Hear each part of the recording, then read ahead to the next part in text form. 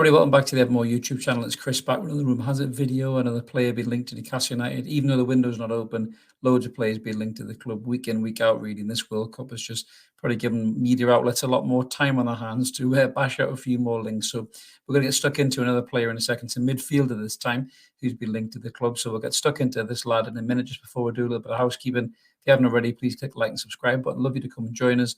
We're on about 2,068 subscribers, so help push us to that 2,100. Would love you forever. You won't regret it. Great content on the channel, all free of charge. Just pop-up videos like this about transfer rumours and links and player statistics, as well as 2 weekly podcasts, Mondays and Wednesdays, with Newcastle United banter. So check us out. You won't regret it, guys. And yeah, we'll move on and talk about this player. So who we're talking about this time? We're talking about a midfielder. Again, somebody from the French league. Again, Ligue 1, which we've had loads of success from with Bruno and Botman, to say the least. So we're talking about this lad right here, who is Seko Fofana, who is an Ivory Coast international and is the captain of Lens, I think, at the minute.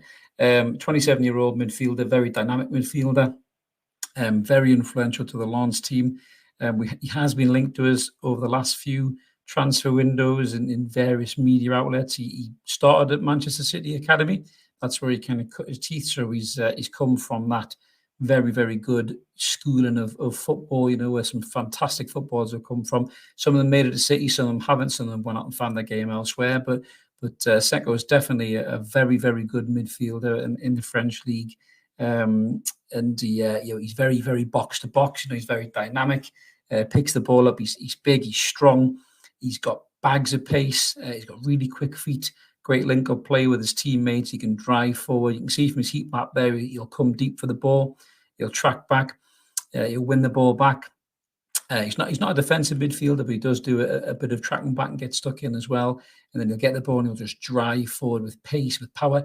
Very kind of Joe Willock-esque at times, but, you know, with a little touch of the Joe Linton sprinkled in there as well. So, you know, we'll have to see what happens with this player. You know, I do think he has a lot of similar traits to some of our kind of players already, you know, where, you know, it's maybe a little bit of what they have here and there, you know, a little bit of Joe Willock's attacking element, a little bit of Joe Linton's engine and strength, you know, so it's kind of a bit of a mixture of both. So maybe there might be some truth in it, but I'm not so sure. But we'll have a look at his stats per 90 minutes and, you know, some of the players that he's compared to, you know, in and around the European leagues. But as we always say, this is no ITK channel, so we don't have any special insight into this. It's just literally being reported in the media, so we're talking about it right now. So let's get stuck in. Per 90 minutes, as you can see there, you know, from a passing point of view for Seko, he's slightly lower. He's in the 54th percentile, but his pass completions are 89%. So when he does pass the ball, he does get quite a few of them on target. His shooting, he does like a shot from range, as Mark says there. He's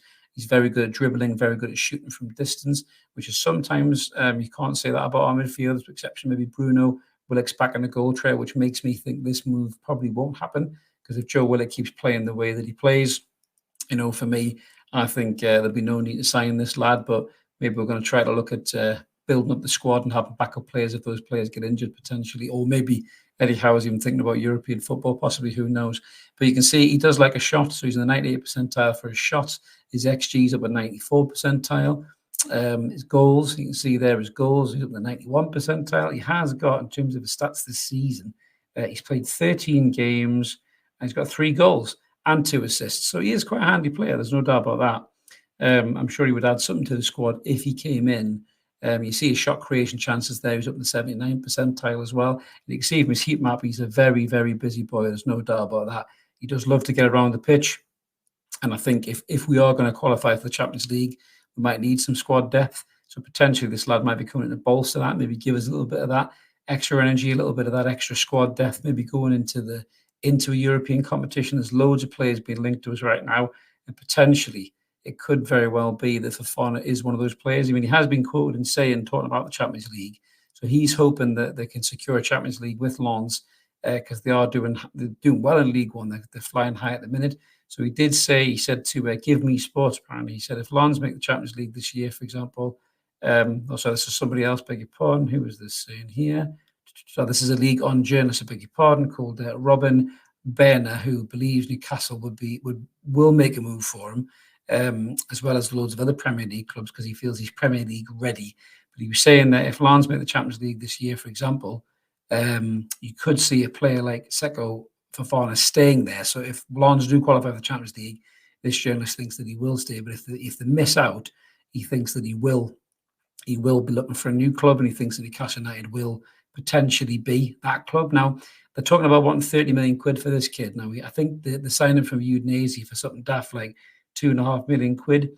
And he's, I beg your pardon, he went to Udinese for 2.5 million quid. And then obviously he's moved on to Lens after that. But he has obviously made something about himself, from that Manchester City kind of. You can see there, Mark's compared him in the grid to some of the players that have got similar positional sense and game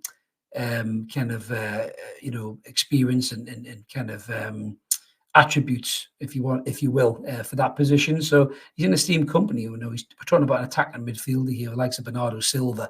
Now, of course, he's not going to beat Bernardo Silva in most of those stats. He bought XGs and shots, but the rest of it, Bernardo Silva is far superior, which you would expect him to be. But he's up there with his team company, likes of Frankie de Jong and Gundogan and, like I say, Silva and Odegaard. So, yeah, he's definitely not a player to be sneezed at. But at 27 years old, I'm not too sure that we would sign a player like that, especially for 30 million quid. I think if we had 30 million quid to spend on a player, we probably would spend it on maybe a younger player or maybe a striker or something like that.